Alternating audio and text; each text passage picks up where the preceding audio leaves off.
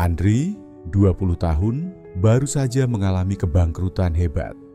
Bisnis e-commerce miliknya kolaps dalam semalam akibat kesalahan partner dan penipuan logistik.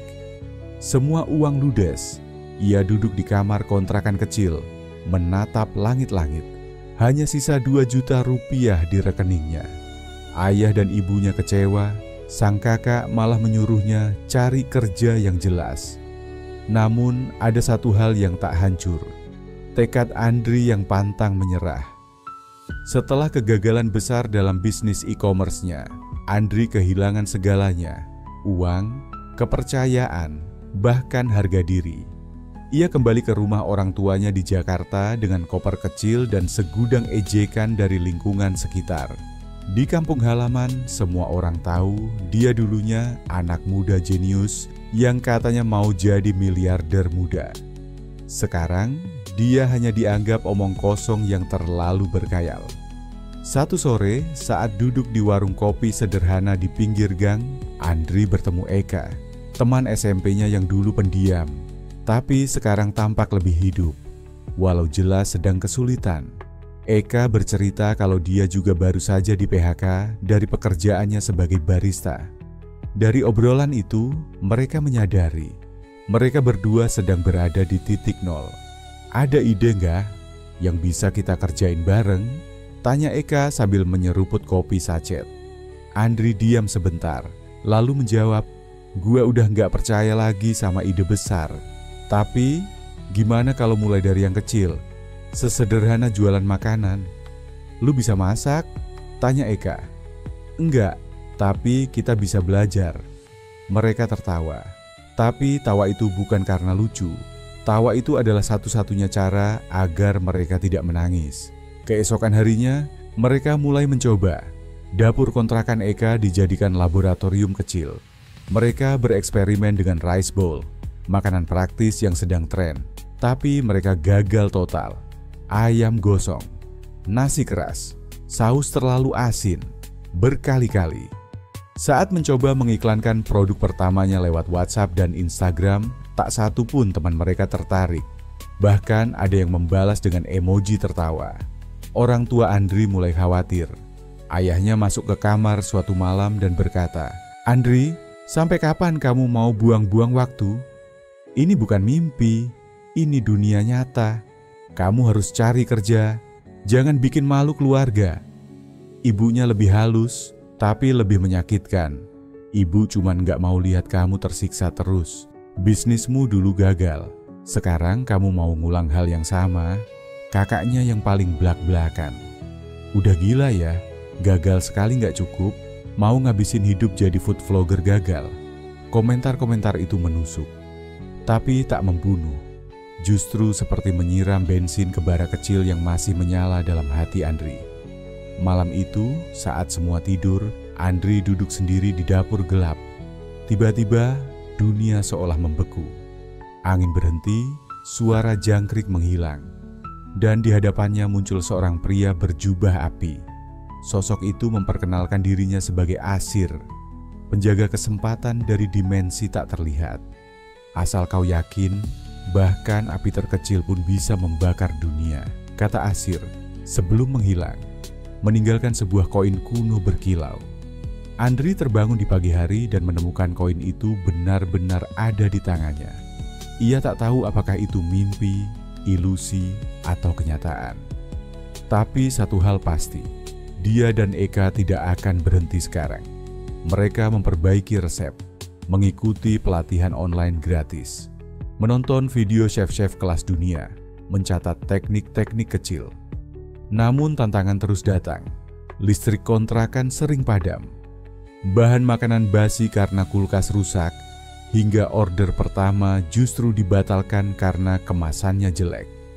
Bahkan ada pelanggan yang memberi rating 1 dan bilang, "Makanan begini cuma cocok buat binatang." Setiap kegagalan menampar keras, tapi mereka memilih untuk bangkit lagi.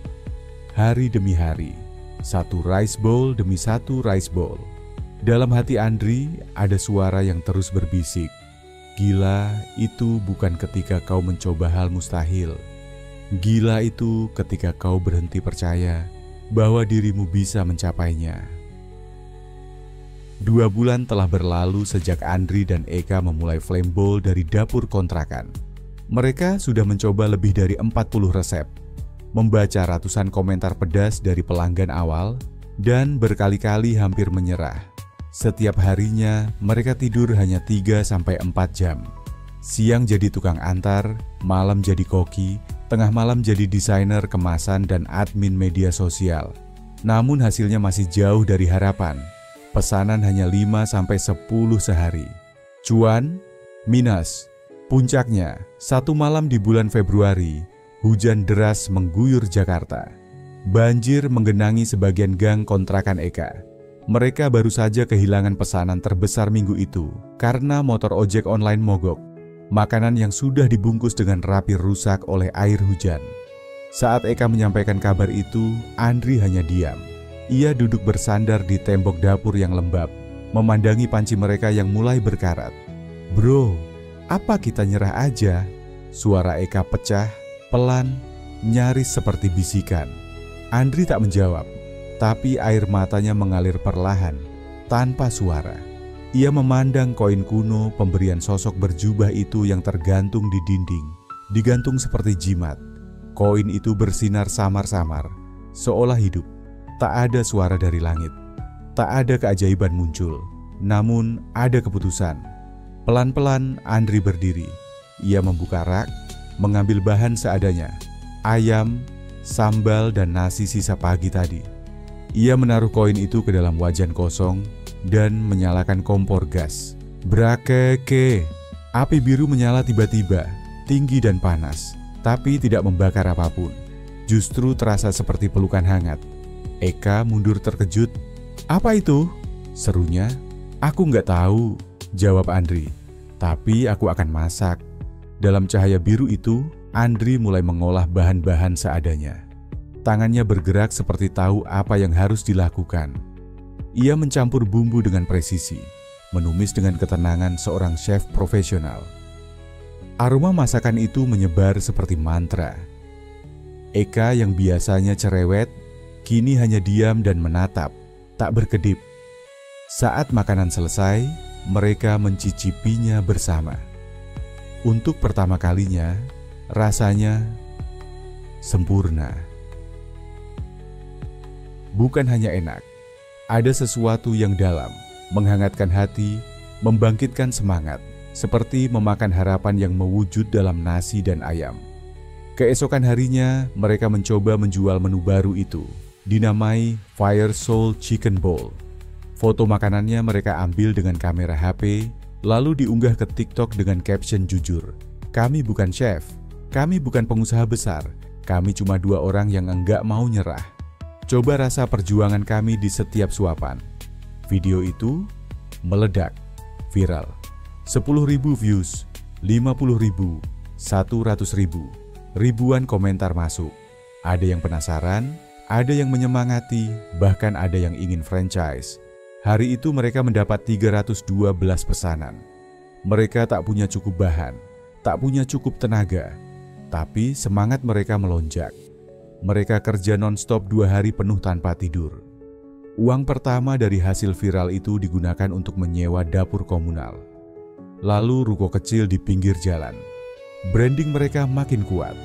Mereka mulai mencetak baju seragam bertuliskan Flamebowl, dari api untuk jiwa. Investor kecil mulai melirik. Salah satu mantan dosen Andri ikut menyuntikkan dana. Mereka memperluas menu, memperbaiki sistem, menggaji karyawan pertama. Dan koin itu, ajaib atau tidak, tetap tergantung di dinding.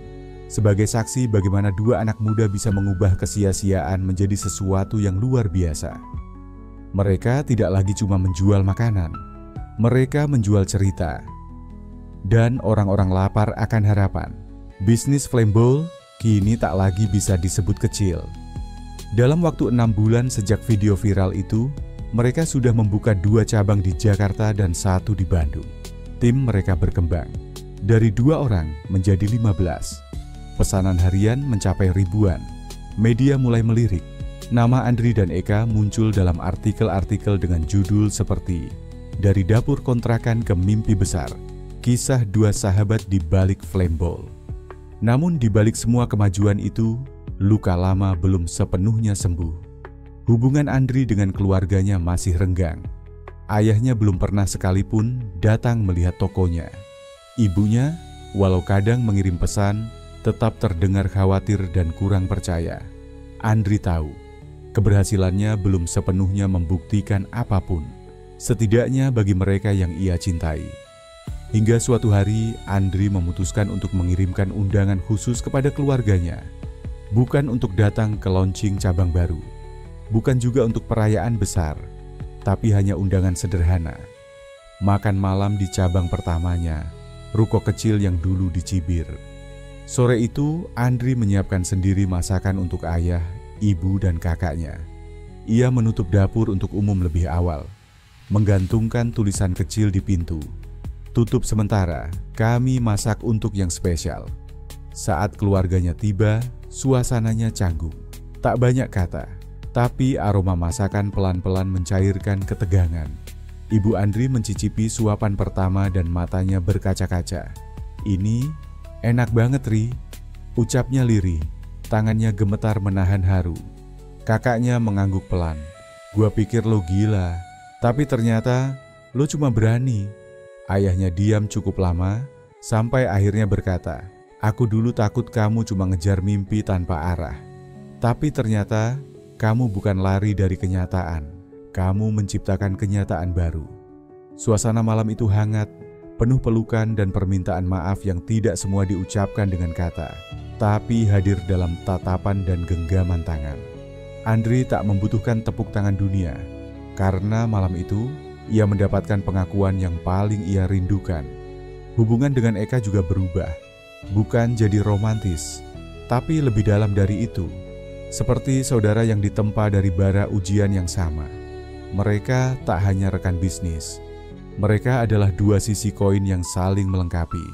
Satu penuh ide gila, satu penuh ketelitian dan hati. Mereka tahu jalan ini belum selesai, masih banyak tantangan menunggu. Tapi kini, mereka tak lagi dianggap gila. Mereka dihormati, diundang jadi pembicara seminar, ditawari kerjasama besar.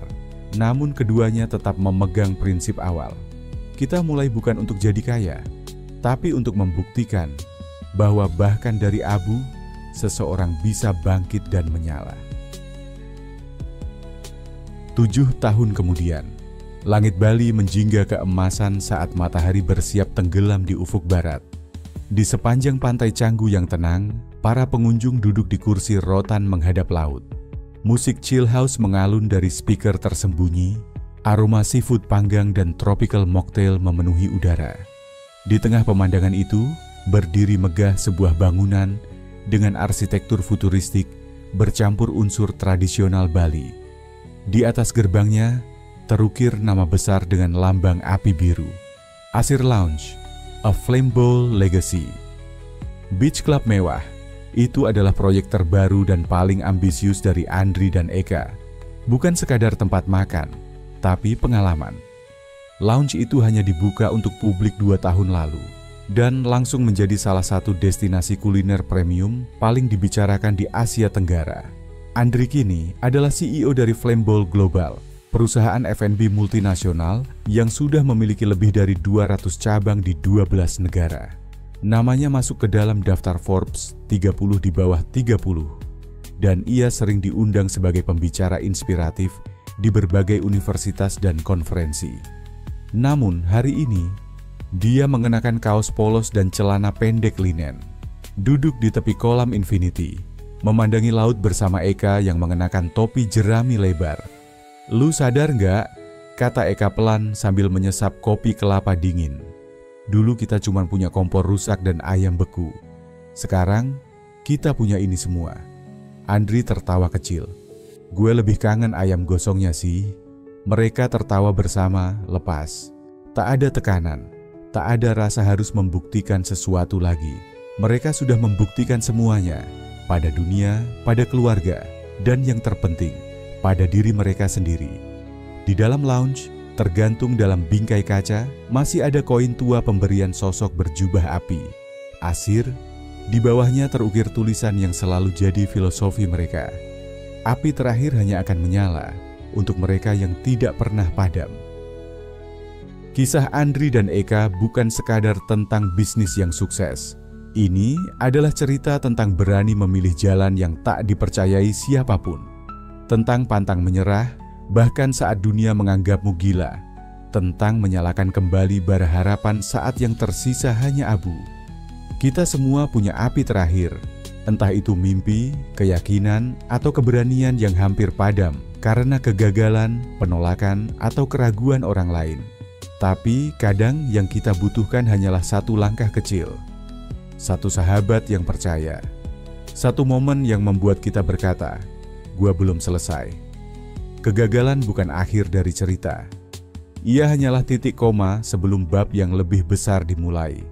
Jadi kalau hari ini kamu merasa gagal, terpuruk, atau dianggap gila karena mencoba, ingatlah, mungkin kamu hanya satu nyala lagi dari menjadi legenda.